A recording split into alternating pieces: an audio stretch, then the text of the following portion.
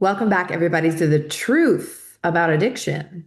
Today's guest and I have actually never met in person, and this interview was our first time ever talking. We were introduced by our speaker management team, and we trusted them that their desire to put us together meant that we were going to have a deep connection. And so instead of having a call and wishing we would have captured the call and the content, we just dove right in and recorded it. So you guys are listening to a conversation that was happening for the first time in real time. And it was really tender and fascinating. This woman is somebody you might know. Her name is Romi Marie. She's a certified identity coach, a mother, Latina, entrepreneur, and former public figure who has built a life rooted in resilience, purpose, and faith, especially in the past 2 years. And when she coaches other women, she supports them in all walks of life, how they navigate sobriety and recovery, how they establish sustainable nutrition habits, how they create fitness routines that support mind body wellness, how they set and achieve meaningful goals, build healthier relationships, address addiction and emotional habits, and reclaim time and energy for personal growth. Now, you might know her from 3 seasons of The Real L Word on Showtime. But what you're going to discover about her is very different than what you might have seen on TV or when she was in the public eye. And I love these conversations because we dive into a person's humanity, who they really are, who they've been at different points in their life, and what it takes to have the courage to continue to refine and redefine the meaning they've made of their lives so they can step into their authenticity and their true essence. Enjoy this conversation. Leave a comment, share it with somebody who might benefit. Contact Romy. She's amazing. I loved getting to know her, and a brand new friendship has been born. But perfection's just a game of make-believe. Hey, gotta break the pattern, find a new reprieve. Breaking the... Welcome back, everybody, to the truth about addiction. Okay, you guys need to be let in right now on this secret, which is that this is the very first time this guest and I are ever speaking ever. Ever. Okay, I, in preparation for this call, was like, what are we doing? We need to record. We know the person that put us together for a reason because we have so much that we're probably going to have in common, and obviously contextually very different, and the meaning we've made of our stories and the purpose we've excavated from our pain different, but also brought us together in a very parallel track. And so I'm like, why would we waste a conversation that we could capture and share with other people? And obviously repurpose. This is the world we're in 2025. You know, content is king. So this woman who's here, her name is Marie. And all I can tell you is that the reason we're put together, that I can only speak of strategically right now, because spiritually I don't know yet why we're being put together. I'm sure that's going to be revealed, is that I just very excitedly got representation by Yay! Speaker Management Company, which is so Yes. exciting. And Romy is on the roster. Yes. And Amy, the manager, was like, I think the two of you should meet. Yes. And I'm like, all right. So then, of course, I proceeded to stalk her on Instagram. And I'm like, who is this gorgeous woman who was like on Showtime and has all these and looks like she's 25, but she's in her 40s. Oh, So clearly has stepped into her own aura and essence, and I wonder what it took for her to get there, and so many things. Like I have so many spins and adorations already for you. I'm so glad to have you here, Romy Marie. Thank you, thank you, thank you for thank coming on you. this blind date with me. Yes, thank you for being on this blind date and what an introduction. And just a shout out to Loud Management and Amy, who is my heart. Like she said the same thing. She's like, you two need to connect.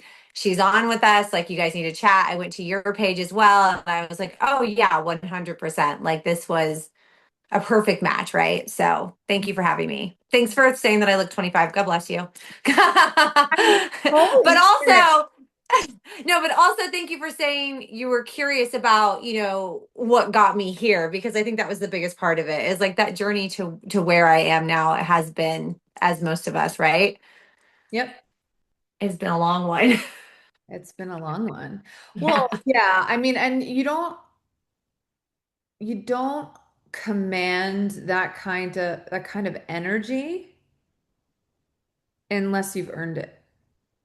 Aw, And I could yeah. feel it, you know? Yeah. Feel it. You Yeah. you take up space, but it's earned. Thank you. I mean, 100%. It's earned where I am at now. I think for all of us, right? Like, I think there's a confidence one. I am in my 40s. I'm not in my 20s, right? I'm in my 40s. There's a difference once you hit 40s, right? There's just, my life changed for so much of the better, right? I like so much of the better. And just the journey through motherhood and television and publicly put out there. And, I know it's like, we'll get into it, but just my addiction, my mental health, it's been a public journey and Mhm. yet a very private one, Hmm. but it got me here. So Yeah. Yeah, we made it. We made it. So this yeah, chapter, not only did we make it, but like life is good. You know what I mean? Like not only did we make it, but like life is like good. It's like we really made it because I don't feel like I mean, parts of me on days are like, "Whoa, it's been a hard one." Like, Lord, give me a minute, right? But for the most part, I'm walking around today, kind of like, man, it's like it's good. It's good on this side. It can be good.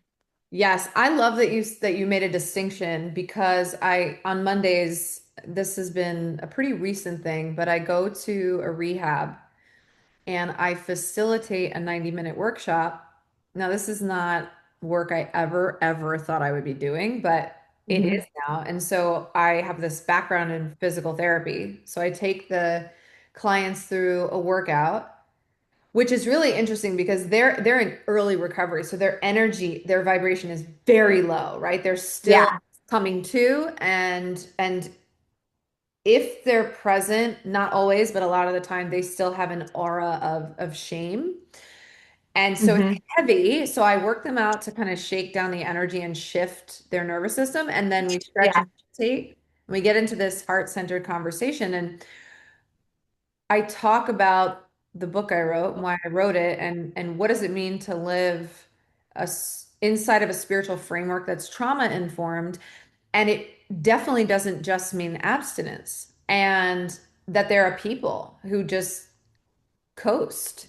And recovery is not the abstaining of substance. It's the return Hmm. home to your true essence so that you can live joyfully and have peace of mind in uncertainty, which is kind of what I think you just said, right? It's like, Yeah, no, I love that. I love that you said like return home, like that part hits because I think that is what happens like through my sobriety over the last few years. I talk so much like right now about like tapping back into like who I remember myself being, right? When I was younger, like those dreams, that girl, like that inner child work that we do, right? Like I get to tap in and like help her grow up.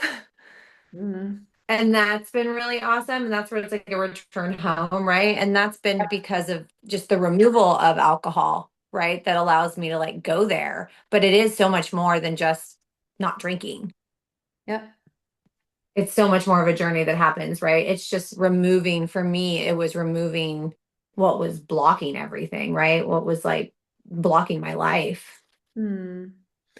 I I'm thinking of two different things I want to ask you, and one's going to take us back in time much more. But Yeah. so I'll start with that, which is if you had to describe your childhood in one word, what would it be? Gosh. I know. One word. Don't worry. And Um, we're going to elaborate quite a bit on whatever the word is. yeah. The first word that comes to mind is survival, right? Survival. I feel like I had to survive my childhood, right? And I remember it from a very young age. My one age that's always been my like key go back to when I think of childhood, when I started my therapy and when I started doing all the work I did over the last few years, it's always like the 6-year-old me. And Mhm. from 6 on, that has been where I remember. And it just went into, I was when my parents got divorced, right? It just went into complete survival mode from Why? then on. You know, my parents, my father was not a traditional father, right? Like he was a hitman, he was a drug dealer, he was this macho, masculine Mexican man who just was very unconventional, right? My mom was this like young single mom. I had two special needs brothers, so she had them and me, and so that was already I was in her survival, right? So like I was the oldest daughter that was caught up in like this 20-year-old's like survival of us, and my dad being kind of like not the traditional husband or man. So you know, you take on your mom, you take on that. So when my dad left, it just immediately put a 6-year-old girl right into these are your brothers that need to be taken care of. Your mom needs to be in college and go to school. She's on welfare. She needs to like survive. Dad is not paying child support and gone. And immediately for a Mm, 6-year-old, I'm a mom to a 9-year-old. I can see that now. It's like immediately you take on the responsibility of like mm, you got to take care of yourself, but you also have to take care of your brothers, and you also kind of have to take care of your mom because she kind of needs you to right now. So, it's survival. yep. So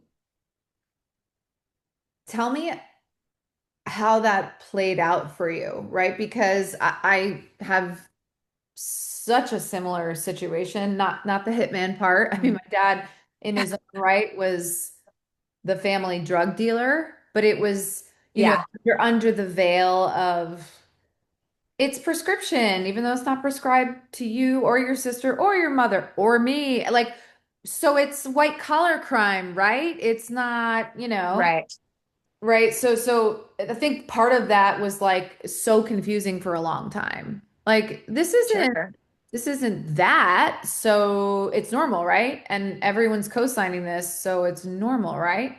But my mom was bipolar, self-medicating. Like her mood was so volatile, and she was the anchor despite that, because my dad was just so emotionally absent that I'm like, if Oh mom yeah. is not okay, I am not okay. So what do I need to do and who do I need to become to make sure she stops crying?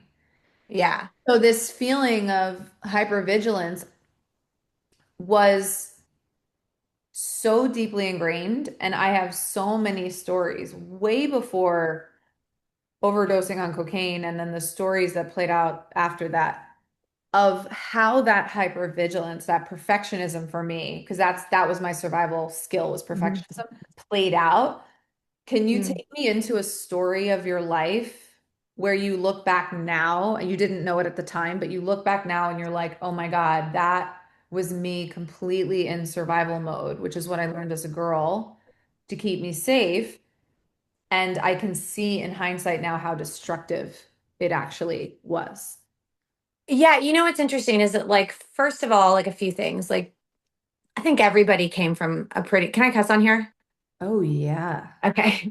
I think everybody came from a pretty fucked up childhood for the most part. I mean, I think for a long time I thought this is my story. And yes, my story, all of our stories, right, are wild, and whether it be a loud one like my crazy dad or mom, or it be a quiet one, right, of sweet little Susie homemaker throwing up in the bathroom while the sweet husband cheats. Like we all had something, right? Yep. When looking back, and I think as a child you don't know that. You think that your story is it. You're the weirdo. You're the one with the crazy home. You're the one with the parents and all the fucked upness. But like, you're not old enough to be aware that like everyone on the damn street, the entire world is fucked up, right? Like every individual, even PTA mom, she's Yep. fucked up, right? So you create your story, right? You create the story that you stick to, right? And I stuck to my story. Like, Hmm. my brothers, my dad, my mom. Even when I share it with you now, it's me repeating a story that I've told myself for many years, right?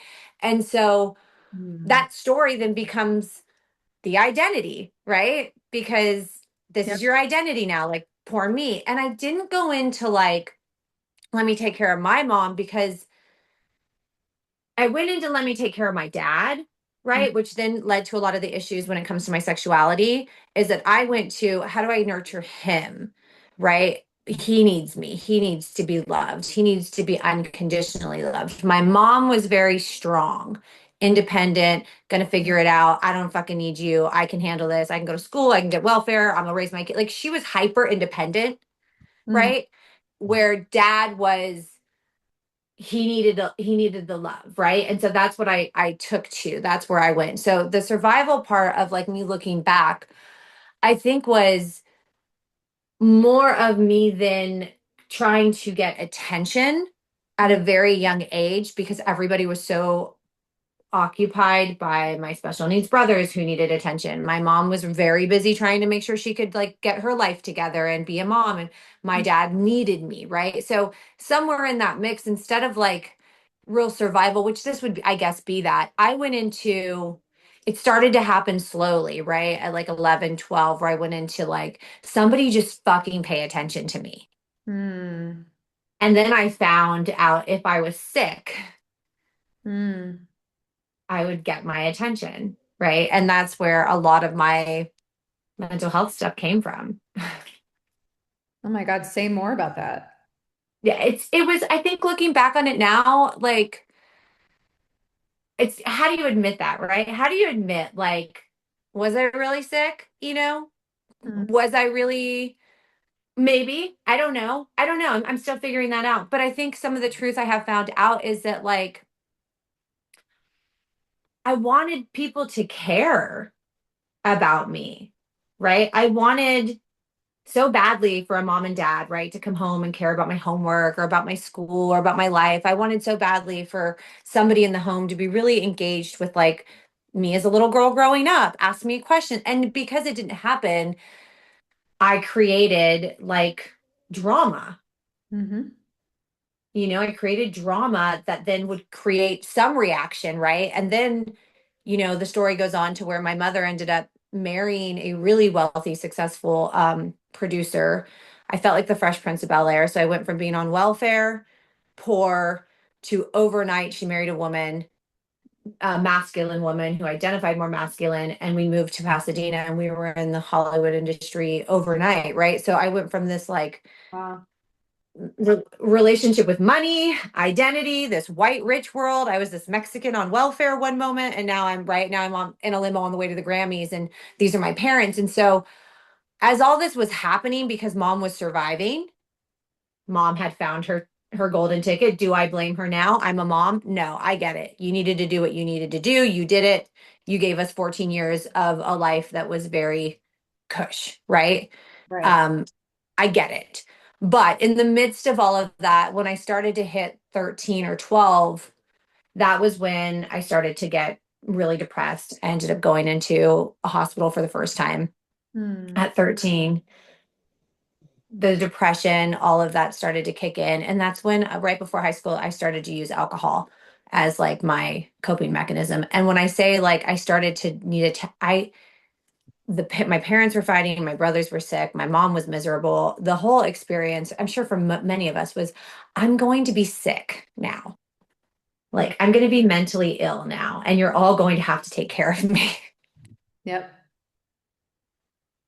Yep. And I don't think a lot of people even want to admit, right? There's probably a borderline part that was sick, right? You got to be a little bit sick to go there, hmm right? To use that as your Yeah. coping mechanism. But also, how much of it did I just like play into because I'm a kid of the 90s, right? It's what we grew up on. It's what we saw. Yeah. I don't know. I don't know. Well, I what's don't, yeah. yeah, I mean, what's there's so many things, but what's interesting now, and this is so much of the work I do, Hmm. because I have a doctorate in physical therapy, but now I treat the spirit, and I like to do them at the same time. And there's so Hmm. much research, thank God, that's coming out now about the intersection of those two things. And so, you know, I don't even, there isn't even like a percentage of me that's going, was she really sick? Like it, Yeah. first of all, if we are spiritually sick, everything in our system and our body suffers. And so, period, end of statement. So would a kid in your position, and again, there's two parts to this conversation, and we're going to get to the second part. But we're in the I'm learning about you, you're learning about me, Yeah. Yeah. and the having compassionate curiosity around what happened and why, so that we can land in a place where we're like, and then we took radical responsibility for our lives, and here's what happened. Amen. Okay. Amen. So Yeah.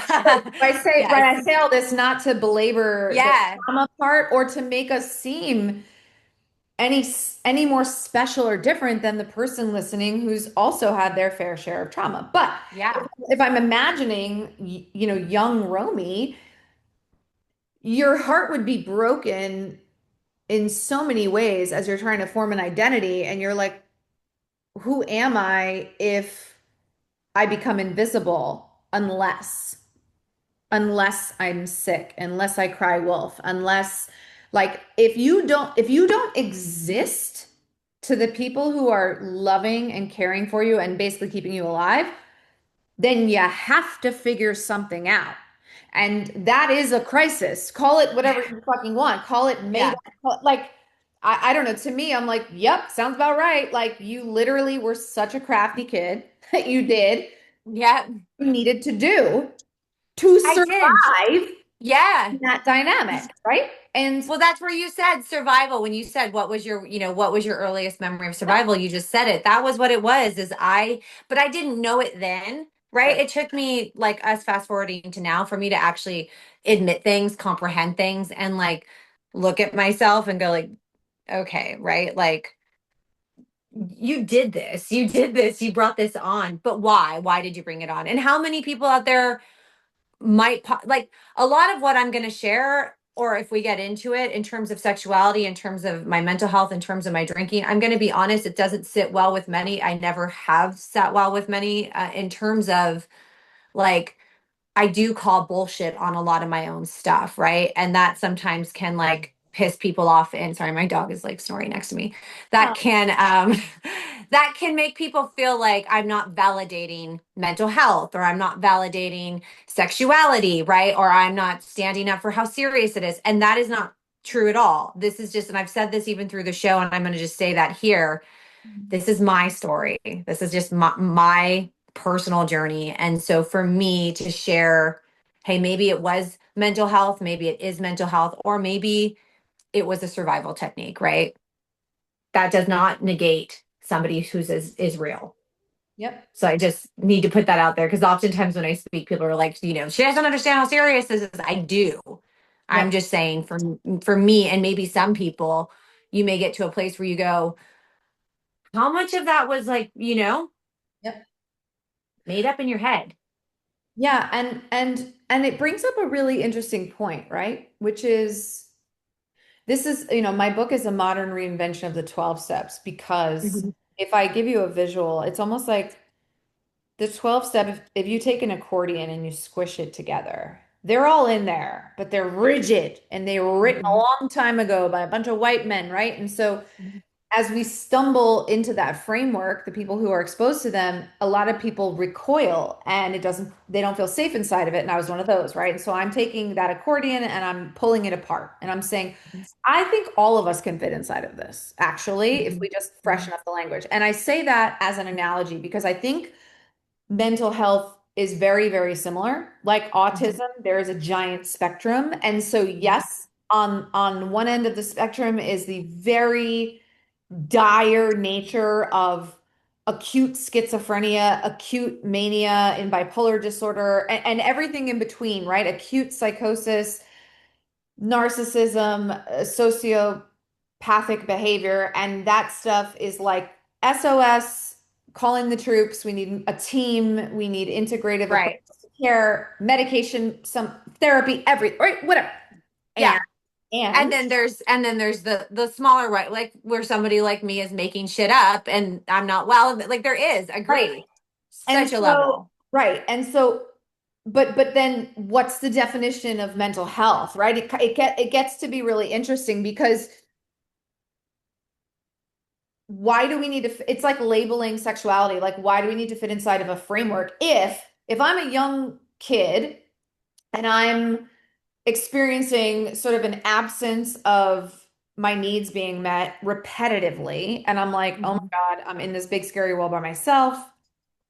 I'm gonna like I literally feel like I am not safe. I could die even whatever it is, like because of this lack of care that I'm sensing from the world around me. That is, of course, going to affect a child's mental health. And so then in response to that, they're going to do whatever they so at what point is that not mental health? And the question is, where on the spectrum does it live, right? So it's almost like because we live in such a binary time where it's like you're either Mhm. this or you're that. And I feel like we've lost the ability to be both and. Like Mhm. I was both suffering mentally and potentially didn't actually have a mental health diagnosis that I'm fits to yeah. the That diagnostic that that code. that sounds like the most. So they diagnosed me bipolar when I went into the hospital, right? Which at the time, at this age, they were like, we were all in therapy, Adderall was big. Prozac. I was in that era when like docs were just like handing stuff out. Everybody's bipolar, everybody's ADD, right? And so my mom jumped on it. She was like, "Yeah, okay, that's what it is." I mean, they put me on lithium, Depakote. I was like in high school, right, on some serious drugs that I drank on, right, which we all know is just like a disaster. So the whole thing was a mess. But years fast forward, years later, I find a great therapist who's like, "No, you were misdiagnosed, right?" But here's the thing about identity, and I do a lot of identity work. If you're told that you're that, even if it was a misdiagnosis, you now identify as that, Yeah. right? Now you think you are. If they tell you you're sick, well then I'm sick. That's my identity. I'm bipolar, right? Like this, like you're too young, you attach to it. And not saying that people don't have it. I don't think that's something that I struggle with, even though it's been something that maybe I do, maybe I don't. I really don't care. It's not something I've been treated for in years.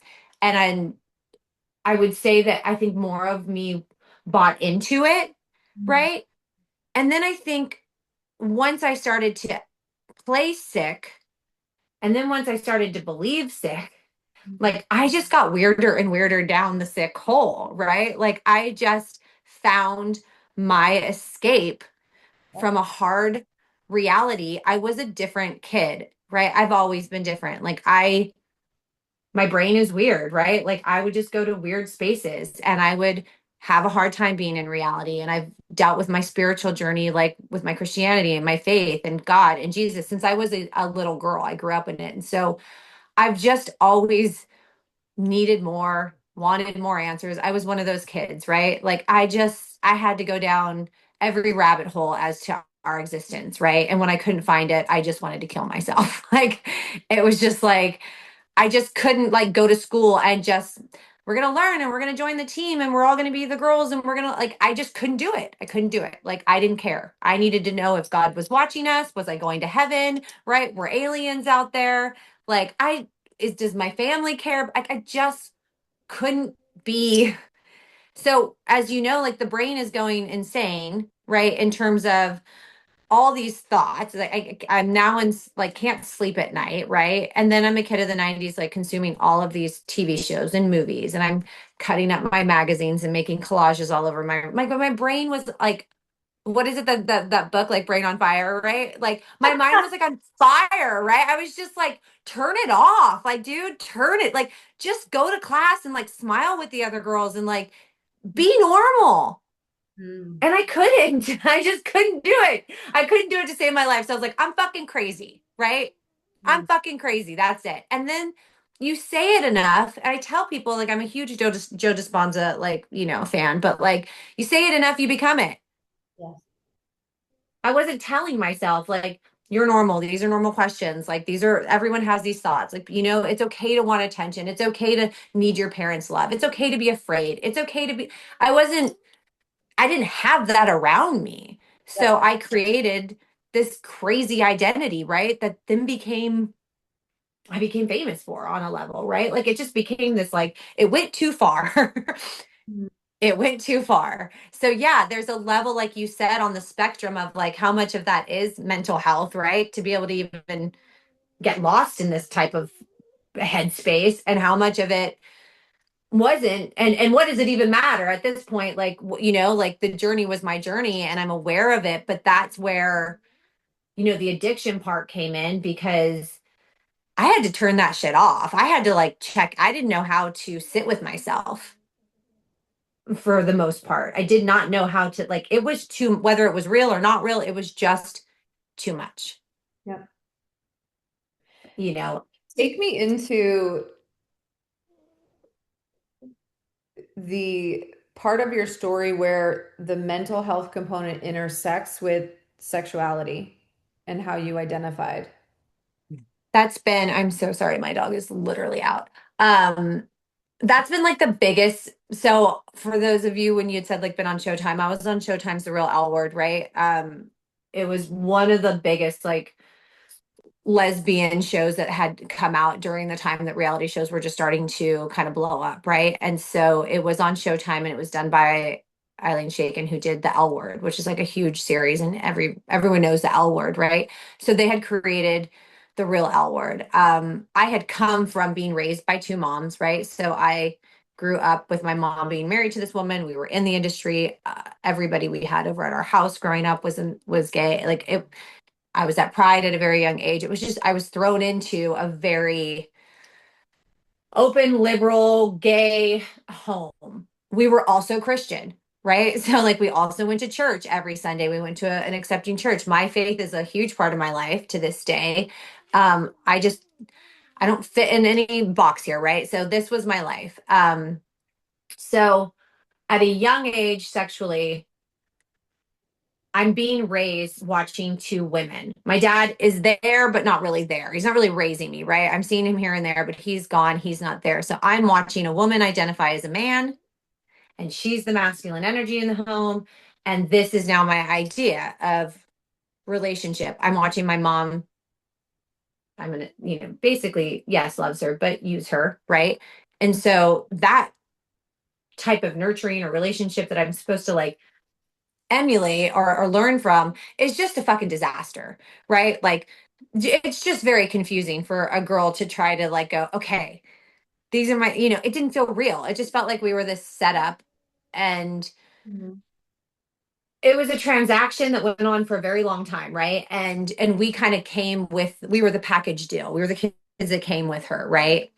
And it put me into a ton of identity stuff. And it started with money. Do I deserve this money? Am I worthy of this money? Right? All of my friends are loaded. I'm playing rich, but this isn't my money. I know I'm a poor kid from Anaheim. Like, even though I'm sitting here with all of you, I'm still identifying as her, right? I know I'm Mexican. I know none of you guys are, right? I'm still identifying as her. So I'm all like confused. And at a young age, at 13, 12, you're just stepping into like who you are. And then I'm the only girl at school with like two moms, right? Like everyone knew I was the girl with the lesbian parents. And so I started to explore with my sexuality at a young age, having my girl crushes and kind of like figuring out it was always an option, right? Because how could it not be? That's what I grew up in. And I didn't have great relationships with men my whole life, right? It's typical shit, right? I didn't have it. I didn't know what to look for. I didn't know how to handle it. I didn't know how to be in one. I had no father figure. And I don't care what anyone says, Yep. it's fucking important to have one. Okay. Like they play a massive role in a daughter's life. And I don't care if that pisses people off. Like I needed a dad. I needed a masculine energy. I needed a father figure. And, you know, I needed to see how a man treats a woman and how a woman treats him. And I didn't, right? So for the love of God, whatever I was trying to figure out was just a goddamn mess, right? And so I found myself with women after a lot of pain and a lot of hurt from men.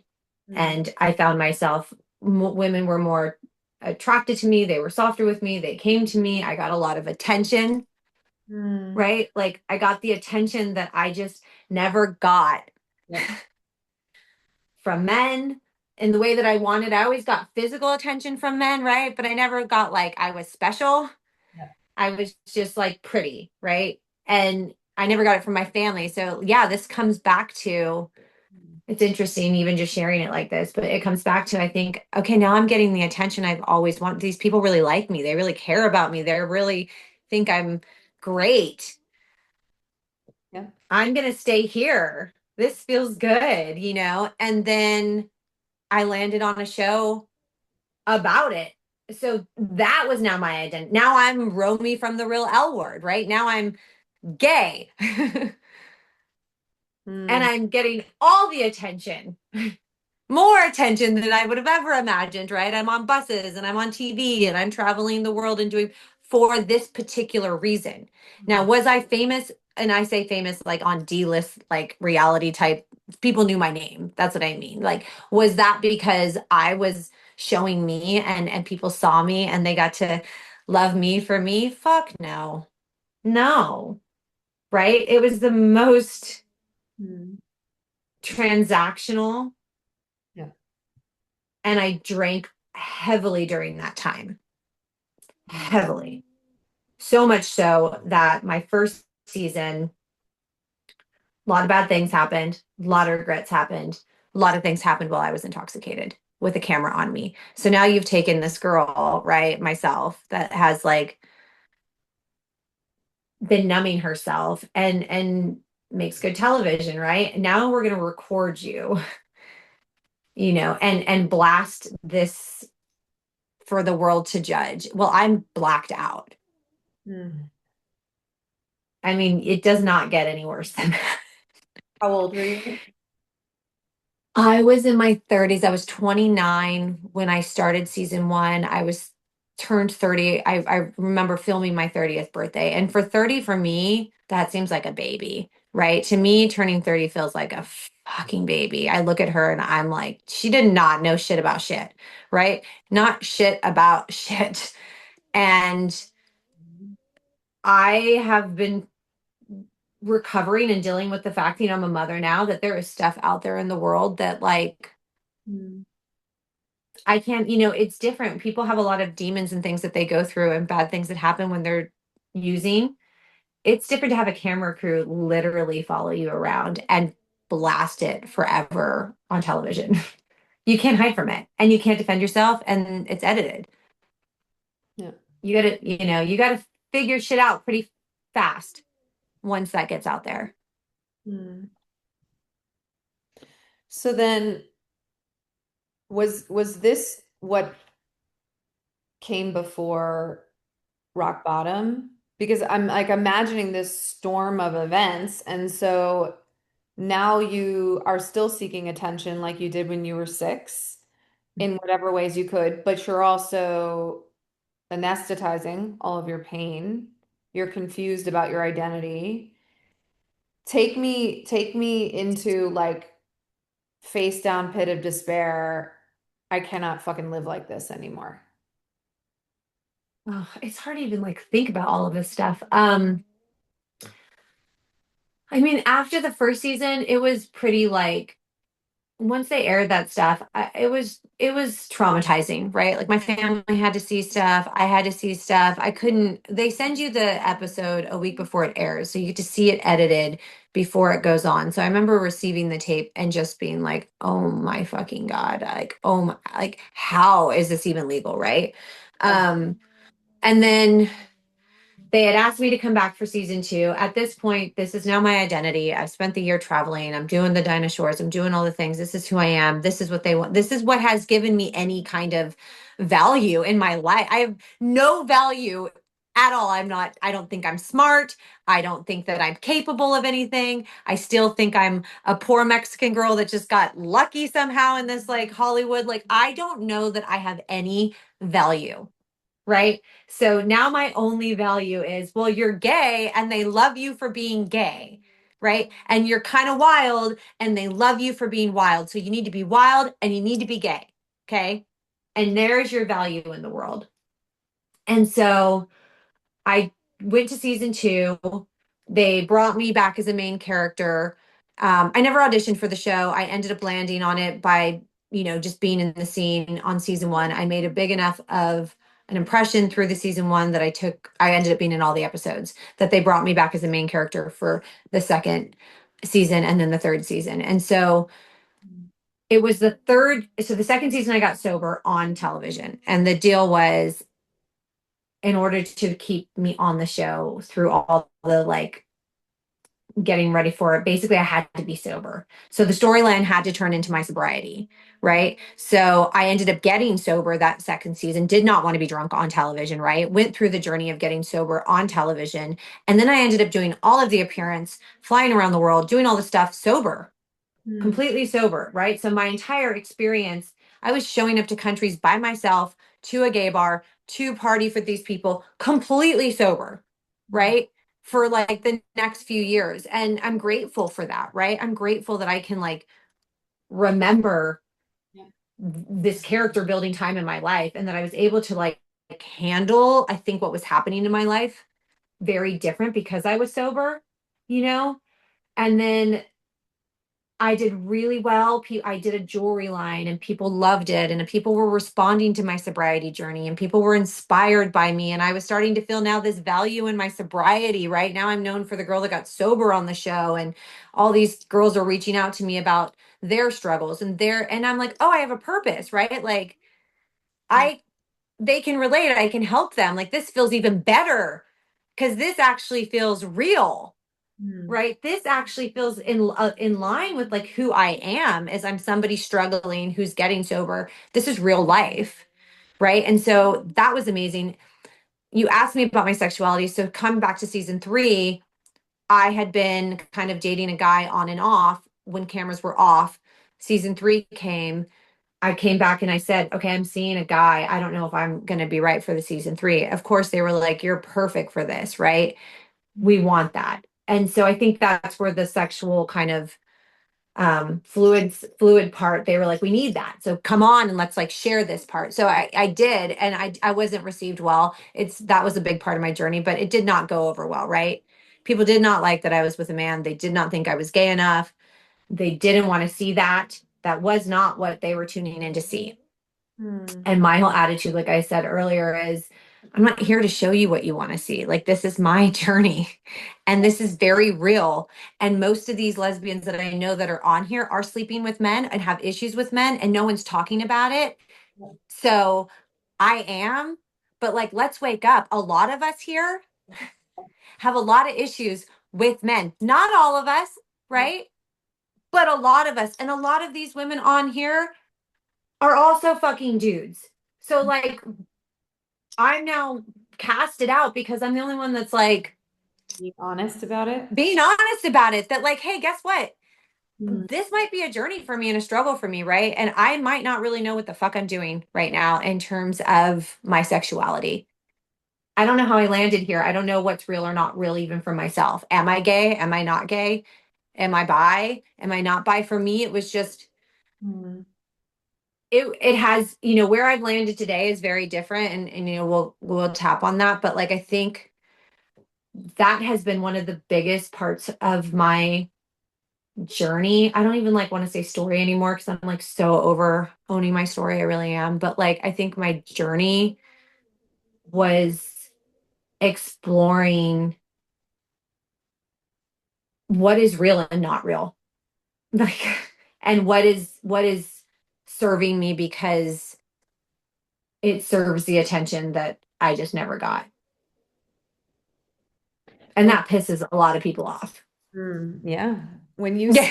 when you say what is real and what is not real, do you mean what is actually in alignment with my true essence? Hmm. Is what Hmm. Yeah, I think so. um, I started like EMG therapy like 2.5 years ago. I got out of something really, really hard, right? And I needed to. I think it was 3 years, actually 3 years ago. I got that was my rock bottom. Okay, so a lot has happened since then. I mean, my life is there's a lot. Okay, but divorce, my daughter, I'm in Texas now. I get into a relationship and it was not healthy, right? It was not healthy. Um, and I found myself just like one, I'm a mom, right? Two, like I can't why, right? Just like why. And so I had gotten sober um with like the in within the last like 4 years. So I was like sober for like 2.5, 3 years, right? And then that relationship ended and I started drinking again, right? And I didn't drink long, but just enough to like know that this is a no. This is not served me. I cannot go back, right? I cannot touch this shit.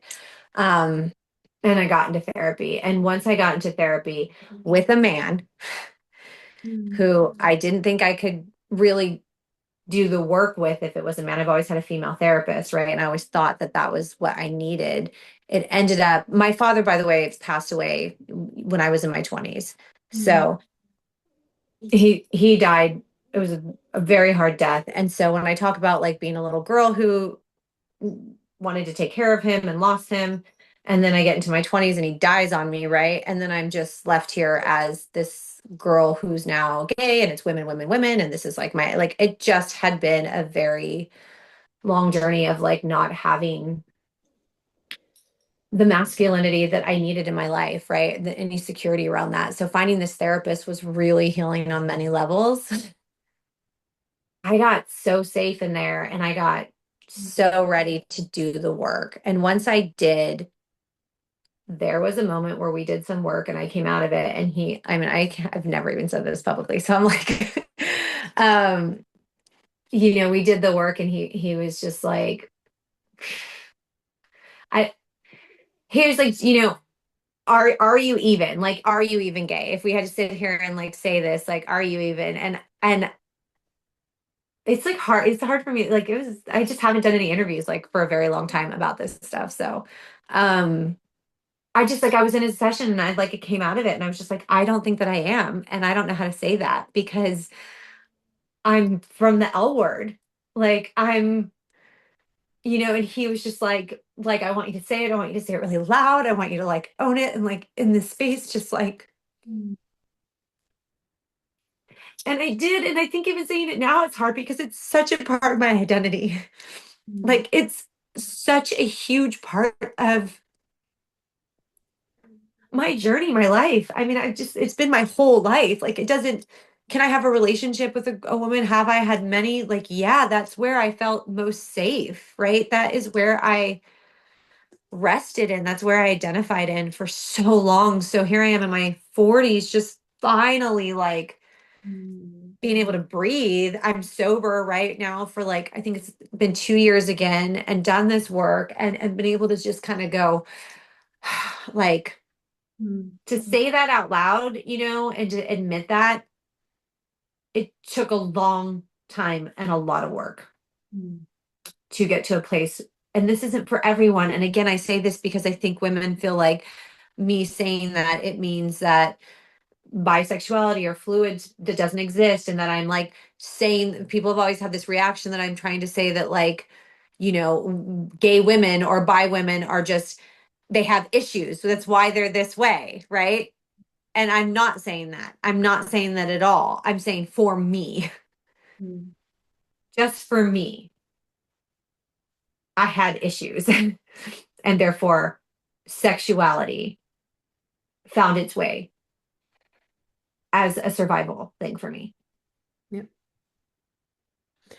I'm so, well, very proud of you for talking about this and also really looking forward to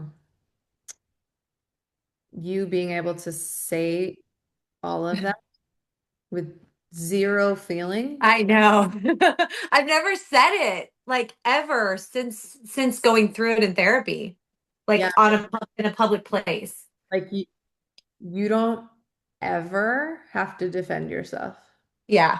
Yeah. And that's, I mean, saying it and putting it out there is the reality of like, you're going to have your feelings about it. You're going to say stuff about it. But like, I'm 43 years old. I'm happy. I'm doing my life. I'm not on a show anymore. I don't owe anyone but Yep, myself an exactly. explanation, right? And so the explanation has been my journey of breath work, my relationship back to God, right? Like me coaching my clients, right? And being able to offer value that is so much of what who I am, right? Of what I do offer.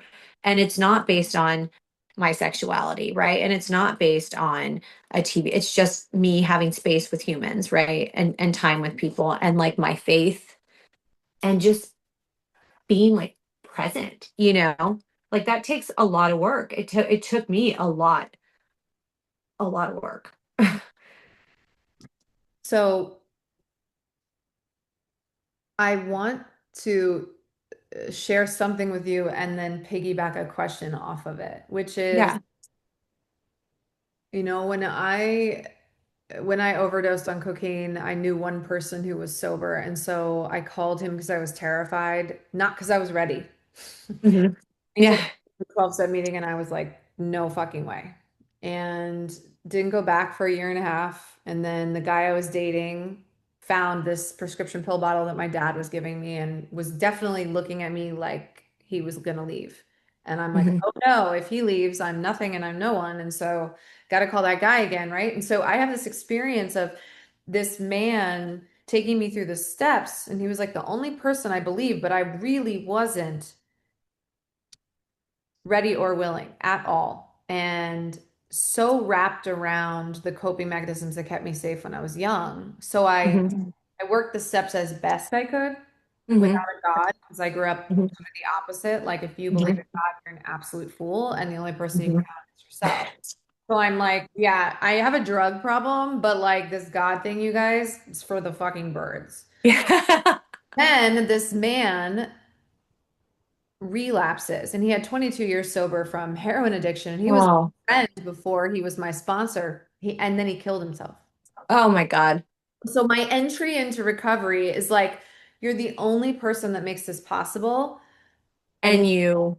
now you're dead, right? And so here I am. I'm like getting my doctorate. I'm like coming to, I've got a year Hmm. on me.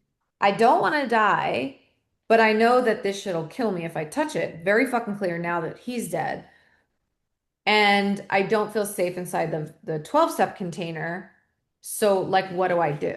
And I'm like, well, Yeah. just, you just fucking do what you've always done. You just white knuckle it. And so white knuckling it for me was like, how successfully can I perfect, manage, and manipulate the world around me and the people in it so that I'm okay?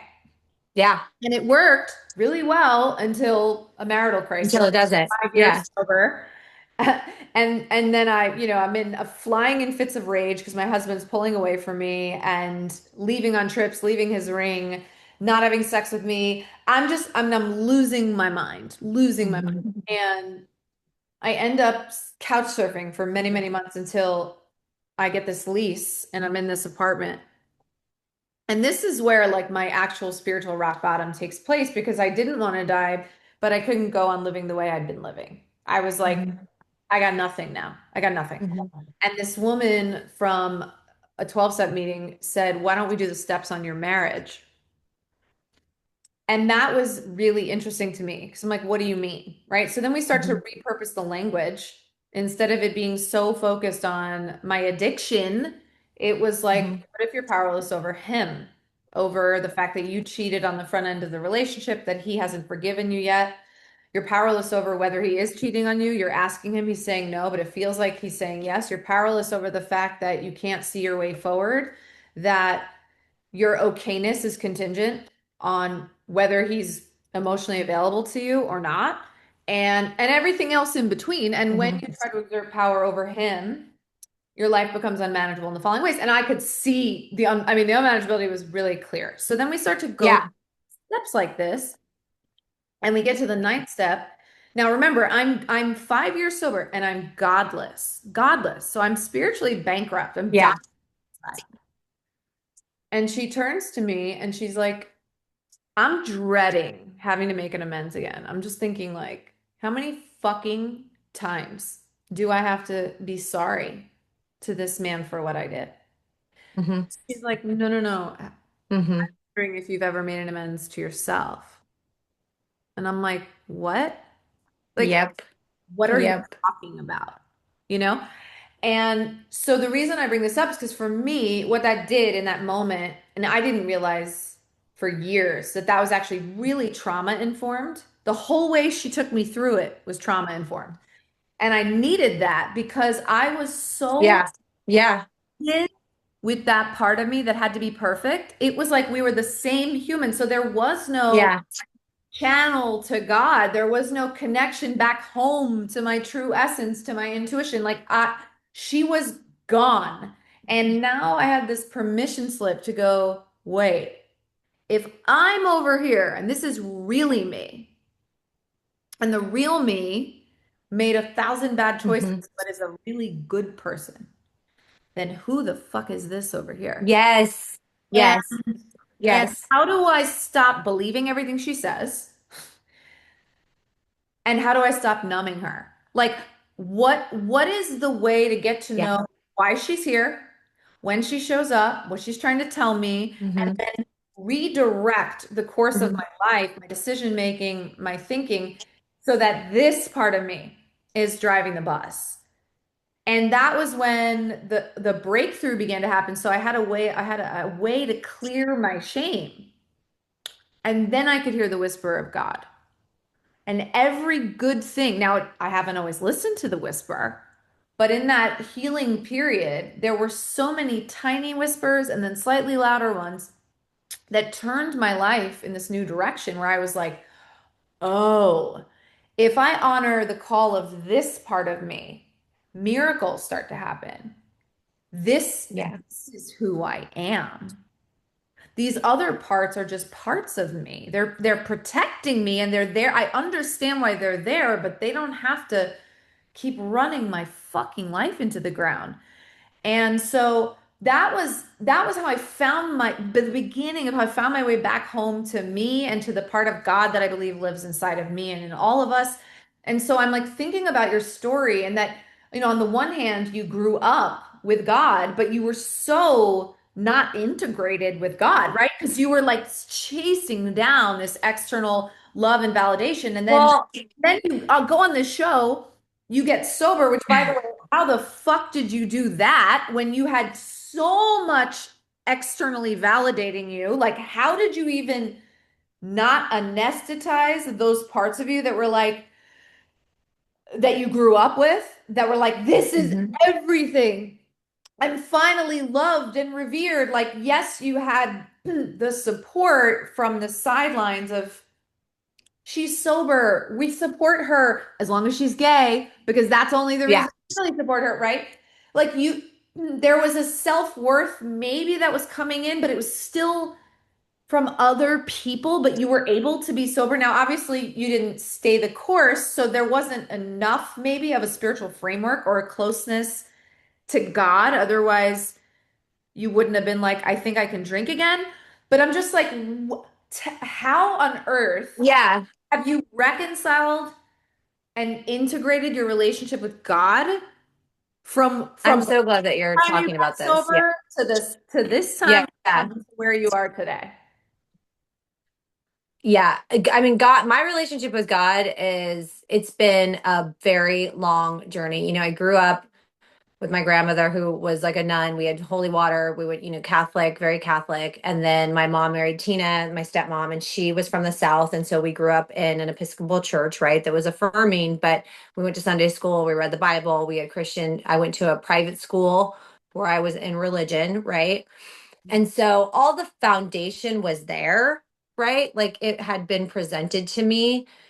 And you can understand the Bible, you can understand the concept of God, right? But it's so much of what you said where it's like, was I aligned? Was I home with it? Was I living with God within me, right? No, because I just didn't understand that. I didn't understand faith and I didn't understand the Holy Spirit. And I say this to anyone who's not even Christian, who doesn't believe in Jesus, like whatever religion you want to be in terms of God and like the Spirit, right? Like I didn't understand that at all. I just knew the Bible and I knew I had God, right? And what happened, which is interesting, is that before the show, I had hit a rock bottom on drugs, right? I've had a really wild life, but I took off one summer. I sold my car to a drug dealer. I ended up in New York with a girl. I ended up somewhere and I ended up doing way too many drugs one summer. And I was going down a very bad path, right?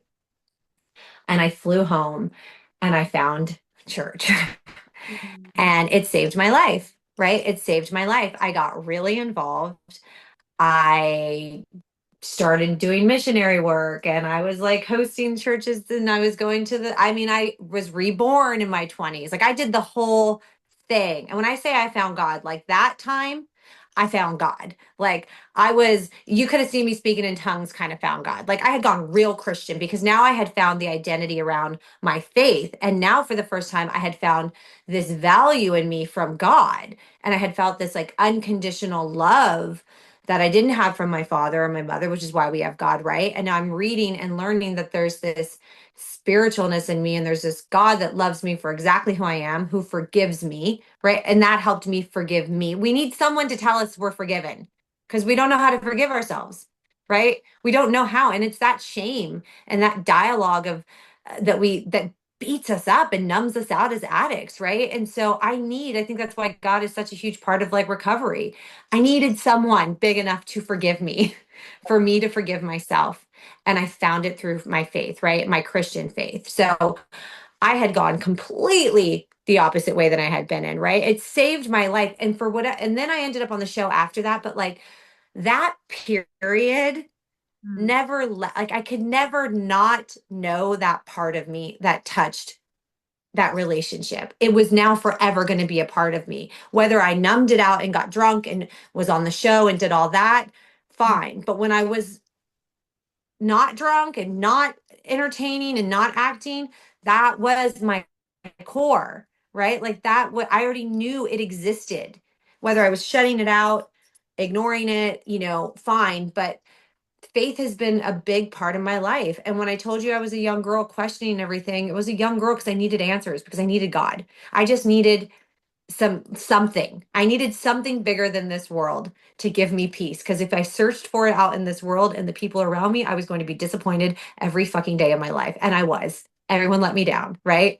That was the reality. So once I found God, it was like, oh, you're not letting me, you're just loving me. You just want me to be good. You just want me to like have faith. You just love me. And they talk about like some people might have the vision of God being a female, right? Like whatever it may be. For me, I think there is the idea that they say God is like a father when we worship him as a father, because that's what I fucking needed, was a father, right? Like, so here's my father, right? Giving me that unconditional love that I've wanted since I was a little girl to like come home to. So when you talk about coming home, that is coming home. When I became a mother, that is when my life changed. Mm. So when I gave birth to my daughter, forever since then, anyone who knows me, I have never been the same, like ever, because now I'm no longer selfish and consumed in my own fucking story and dialogue and attention and me, me, me, me, me. I've been my whole life. Now I'm raising a kid. I'm responsible. God has given me this child. I went through making a human, right? People talk about how like moms say this all the time. It's fucking real. I now I have to take care of her and now I want to be this mom for her. I want to be this woman for her. I want to do everyone shares this who becomes I want to be everything that I didn't have, right, for her. And that's exactly what I've dedicated, and I went right back into my faith the minute I became a mom. Like not drinking, full on mom, back to my faith. And she's raised in a Christian school. We go to church on Sundays. Like we very much have a relationship together, her and I and God. And I think of we pray together every night. We go to church every Sunday. And like whether my daughter falls away from it like I did for years or decides she's not a believer one day, I don't care. I care that I at least gave her the option to know it exists and it's available to her, right? So that when she goes into this fucking crazy world that we live in, she can somewhere remember that peace that she had as a little girl that came from her relationship with God. Mm. Again, I don't care if it's the Christian God or the Bible God, it's just God, like some spiritual peace that as a girl going, she's going to want to have at some point in her journey. And Mm. as her mother, I've provided the foundation that it exists there for her, right? Because it saved my life. It Mm. saved my life. It right now today after this shit I've gone through, I'm not disappointed anymore with like the world constantly. I'm not my expectations of people, my expectations of myself, right? Like you said, like I forgave myself. I forgive myself. Like I do. I have grace for myself, right? I am not the many versions that I was. And I have this ability, which I will say, and I even know with some of my clients, like they'll come to me and say this, and it is one of my strengths, but I have this ability to like, if I need to reinvent myself or re-identify as something, then I'm gonna do that. And I really don't want anybody telling me that I can't, right? That I'm not able to identify as this because I was this or because I did this, right? And so there's power in going, I'm going to wake up today and this is who I'm going to be. And I'm going to sit in that reality Mhm. and I'm just going to be that. And I'm going to pray and I'm going to be spiritually connected and I'm going to figure out where I'm aligned. But if I'm not aligned with my story anymore, then I don't want to live with it. Mm. I don't want to wake up with it. I don't want it to be this thing that I take with me, right? Like it's there, it's beautiful, it's hard, it's been a lot. At the end of the day, right? If like it's just none of it is it's not currently happening. Mm. It's right now, it's tomorrow, it's the next day, it's in the moment and I want people in my life who meet me today, who meet with me today, right? Who are present with me today and who were not sitting there holding scorecards, Mm. right? Of like it's like the friends that want to like come around and like remind you of all the things you did. It's like that's cool and that's cute. I'm not trying to relive that. Like let's if you need to identify me as that because somewhere along your journey it fits for you, you can release me. Which is why I don't have any friends. Because like I'm just like, bye. I just don't care. I just don't care. The moment of levity right Yeah. there. I don't like everyone's like you don't see anyone or do anything. And I'm like because everybody like I'm finally okay being the weirdo. I'm finally okay like not needing I don't need the attention. Let me say that for the first time in my life. Mm. For the first time in my life and it's so relaxing and quiet and calm. I don't need you to give me the attention. Like I don't it's not going to complete me Mm. if that makes sense. Absolutely. And Yeah. just by way of the tenderness and vulnerability around you sharing, your own insight into where you are and who you truly feel like you are with sexuality, which again pulls back to identity, which is like, oh, they love me when I'm like this. And, the little girl who's like, who do I need to become and how sick do I need to be loved like this, right? That it feels like you're just exhausted from splitting yourself into parts A and 100%. right, and so it's like the return to the older versions of you is in some ways a painful reminder, especially when people meet you back there and judge and question. It like triggers your own shit around, and you're just entering this phase of like releasing all of it and Mhm. not having that touch or affect you, but it's new. So it's It is. probably easier for you to just be right here, right now, right? Even when we started this conversation, it was like, Where do I start? Right. And it's like you, Yeah. as you're I identifying, think that's why it was so emotional to even share it because I just haven't been in it. I haven't been living in that, you know what I mean? So I think that's why I got so vulnerable with you because it was just a minute for me to even like, I'm just not there. I'm new in the stage that you have definitely acknowledged. So for me to like talk about some things, I was just like, oh, this is just not a part of what I'm like, even, you yep. know? Yeah.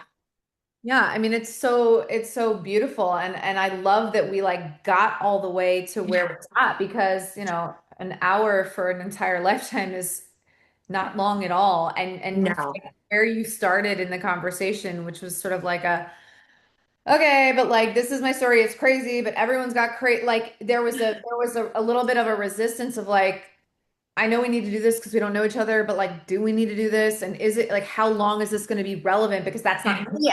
That's not me, Yeah. right? Yeah. Now I Yeah. understand based on where Why? why that's such a strong feeling, and what a beautiful place to be when when you are so comfortable in chaos for so long, which I Yeah. I absolutely Yes. was, to get to a place where like boredom is the new dopamine. 100%. 100%. Like, can we talk about that? Because Yeah. it feels like a death sentence until you're healed. And then you're like, I've been waiting for My whole life.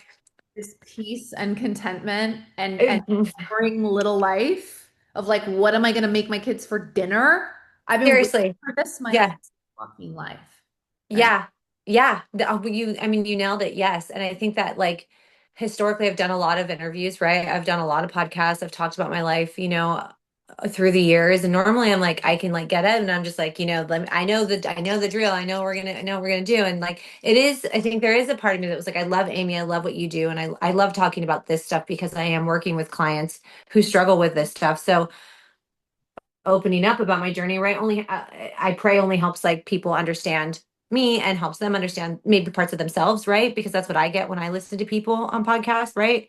I learn something about myself a lot of times. And so I believe God does have me doing whatever work I need to do, right? With my story, but it is hard to do that because I am in this very new space and it's like a baby to me, right? It's a rebirth in me. So I'm just very like protective right now Absolutely. of what I'm speaking on, what I'm consuming, what I'm receiving, what I'm eating physically, spiritually, what they say, that whole cliche. Like, I'm very protective of what I'm allowing in Mm.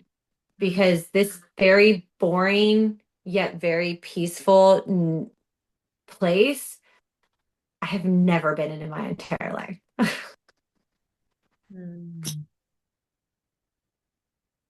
I think saying that, I'm just like, it's like, I don't think I recognized it as much until you like put it into words, but I'm like, yeah, I don't think I can remember a time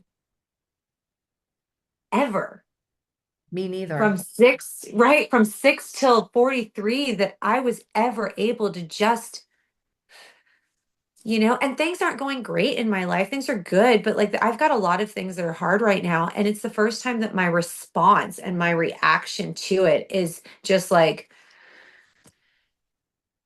God's got me. I don't know how, but like God's got me. Like this, I say all the time, and I think that's what I learned. Our response and our reaction to life is the most important part, I think, of all of it, because it's the only thing we have control over. How are we going to respond? How are we going to react? And we do have control over it. We have control over it. We have more control over ourselves than we like to give ourselves credit for. We love to blame. I got I don't like victims, right? It's just a turnoff for me. I'm not a victim, right? I'm not, oh my God, this happened to me. When did you learn how to react better and take responsibility and do the work to find your own peace? Yeah, a lot of shit happened to everyone. At what point do you take responsibility, do some work, and figure out how to respond differently? Because it's going to be shit all the time. All the time, shit happens that you're like, how, God, are you fucking kidding me? Yeah.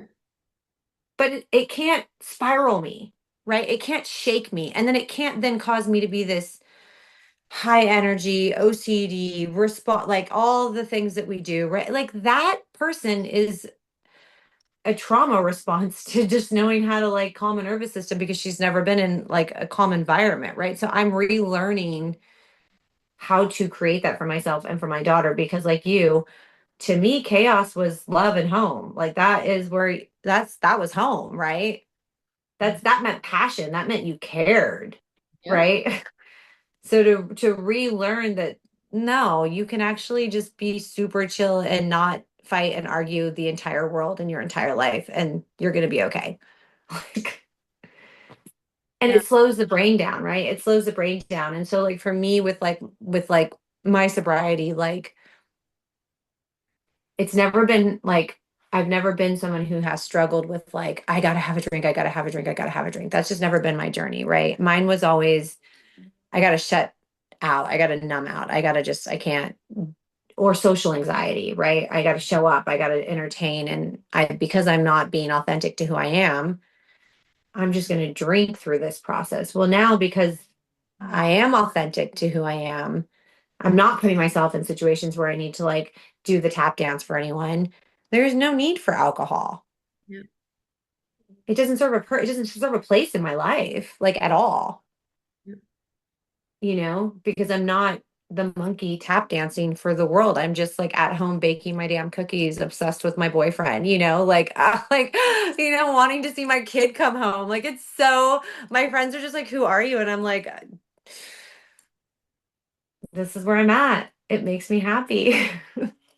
Who am I? This is the healed version. Yeah.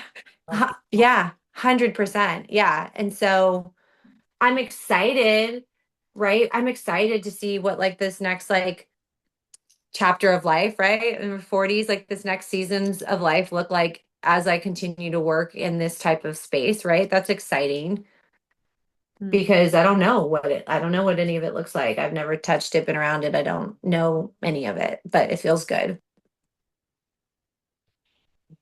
Does it make more sense now why we're connecting? Oh yeah, 100%. I mean, first of all, there's Does so to much me.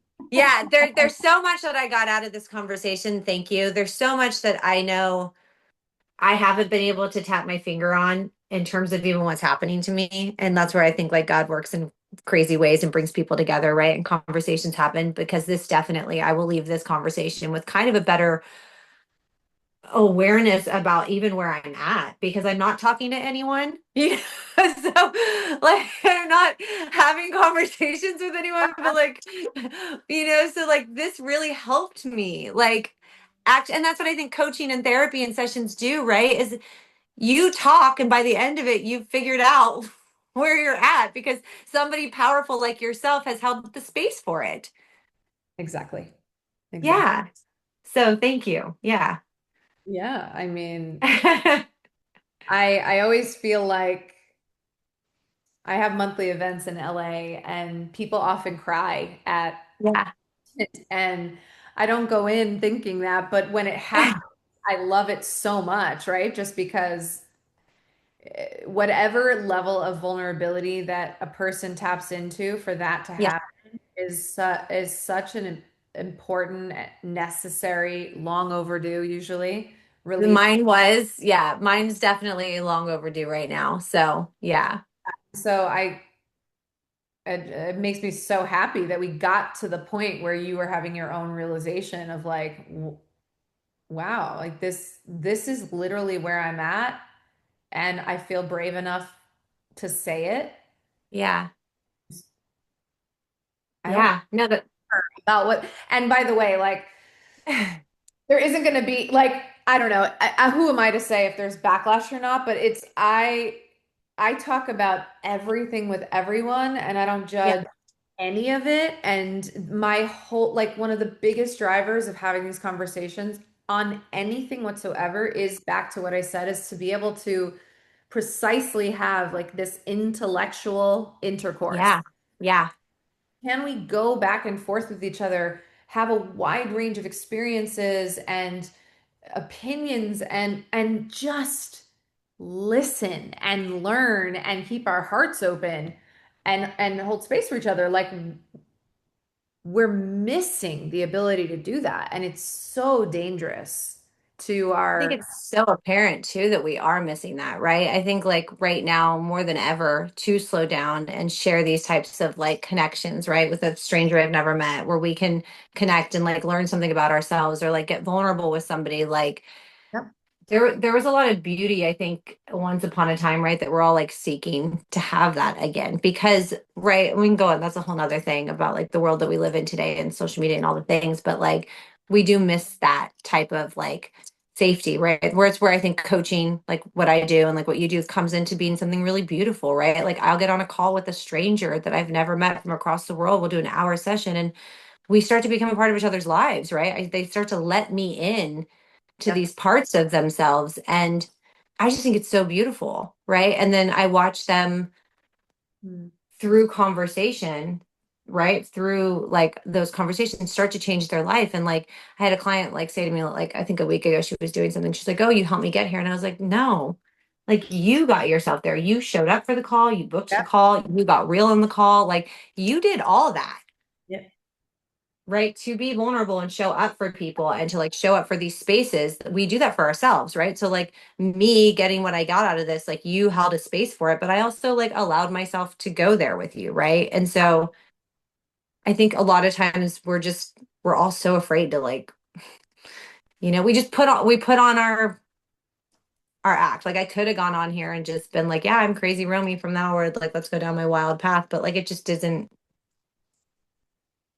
doesn't fit, right? So I love learning about you. And I mean, I could seriously talk to, I have like, there's so, so I think it begs, a potential part two at some point. yeah, I mean, I would love to come back on. There are so many things I'm sure we could talk about and so many different things. And like you said, I can't get into everything in an hour conversation, right? Like I think it's more of the what is it, like the cliff notes, so like like the dummy book of just like basic things. Yeah. So anytime you want to have a conversation about anything, right? I'm always open to it. I loved having this conversation. So Well, I loved getting to know you. And if a client hears this, a potential client, human, yeah. is Yes. like, totally struggling in the ways that she has struggled, and I need to reach out to her, where should they contact you? Yeah, they can go to Madre Romi, which is Madre Romi, right? .com. And you can book with me on there. I do like a 30-minute call with people just to see if we're even like a good fit, right? And so we get on a call, we talk, we figure out if it's for you. I'm not a traditional like coach, right? It's a different it's a lax environment. I think a lot of people who either follow me, sometimes they get like nervous to call or get on a call. Don't be nervous. Like I like don't be nervous. Like just get on a call with me. Like let's just talk because I get that a lot. And once we get past that, it's like there's a lot of good work that can be done if I'm the right person. And if you did, and thank you for saying that, like, and putting that out there. Like, if you did feel like I could be somebody that could hold space, right, through a journey that you're going through, like, I would love to. It's the most fulfilling thing I've done. Yeah, me too. Yeah. Well, I love talking to you, and I'll just consider this the first of several Yes. to know. Yes. Absolutely. Yes. I would love to come back on. My phone literally just started dying. So I was like, that was perfect. I was like, that's perfect timing. Well, I'm gonna go get my little kiddos, and Oh, good. I'm gonna go mom hard and be bored to tears and love it. I have a date night I'm surprising my boyfriend with because I'm kid free tonight. So, yes. Love it. Have fun. All right. Have fun. Thank you so much, hon. You're welcome. Bye. Bye.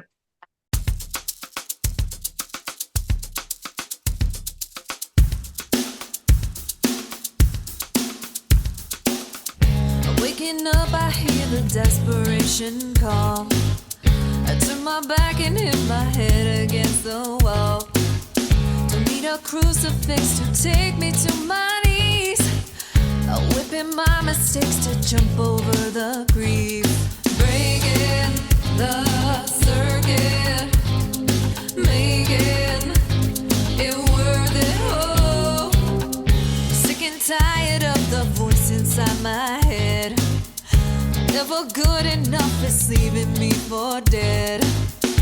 But perfection's just a game of make-believe. Hey, gotta break the pattern, find a new reprieve. Breaking the circuit, making it worth it. Oh, I am ready to make a change. I am big, that's my pain. There's a knowing deep inside. I gotta let this life. I can be brave and afraid at the same time. Practice self-compassion, start to calm my mind. Taking tiny steps to loving all of me. Trust the process, cause it's gonna set me free. Breaking the circuit.